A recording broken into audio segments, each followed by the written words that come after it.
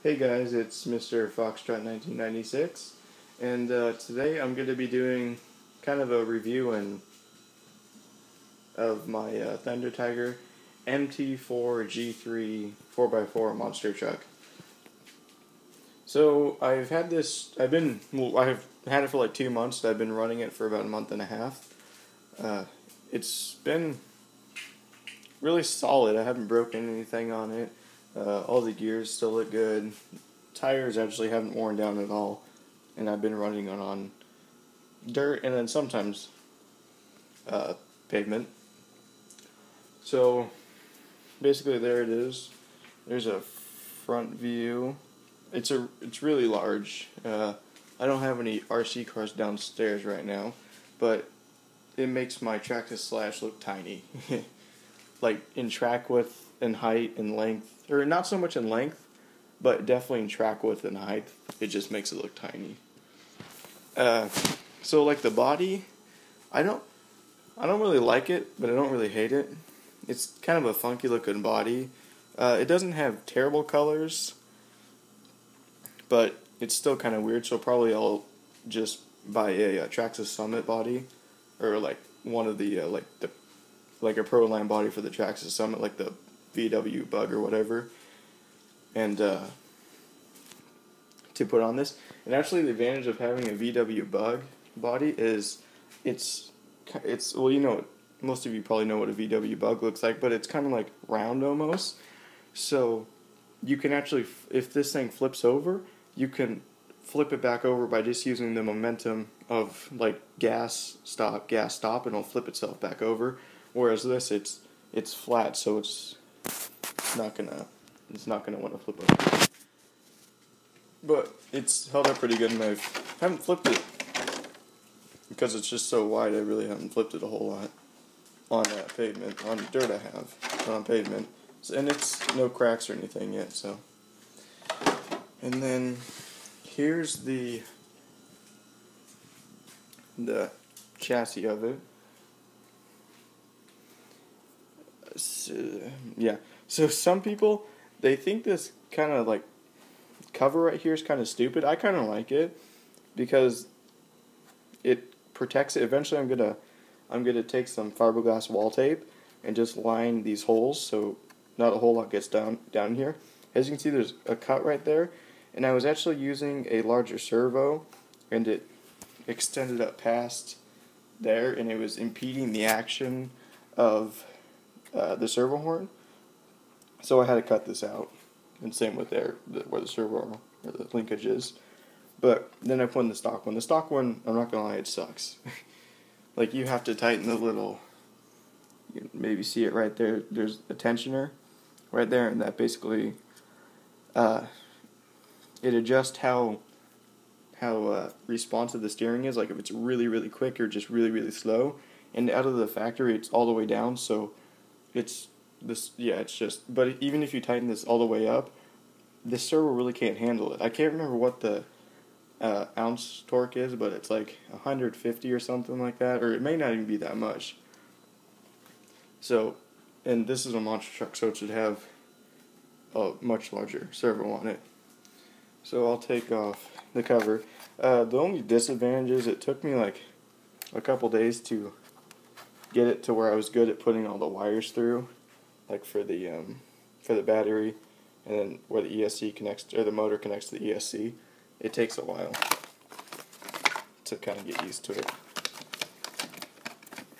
And as you can see, I don't have this chassis brace right here. Didn't come with the truck. I just made these little brace thingies for it, and then I bought this kind of steering linkage thing.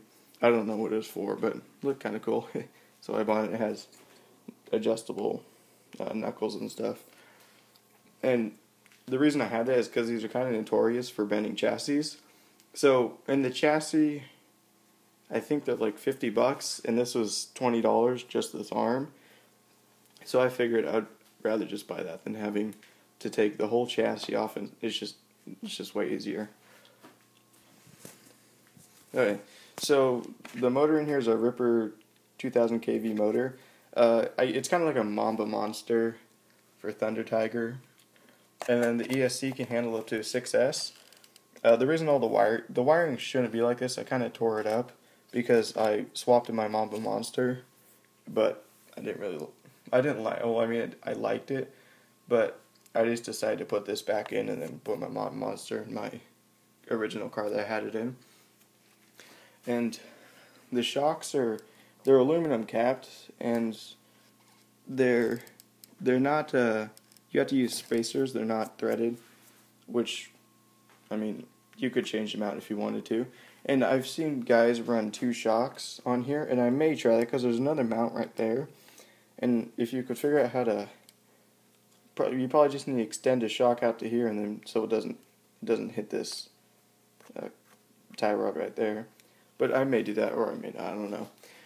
And then the sway bars, it comes with sway bars on the back, and then I put the sway bars on the front because sway bars, I mean, this thing's really not meant for articulation, but it does have decent articulation for being an independent suspension car. But it had a lot of body roll in the corners, so I just stiffened it up. And let me go tape measure really quick. I'll show you the size of the tires, and then I'll compare it to like a Traxxas slash tire. Oh, I gotta get this off.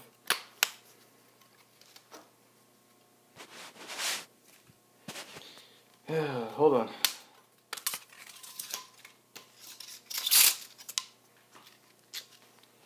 Okay, so there you can see it's like probably like 7 inches for the tire, and then the track width is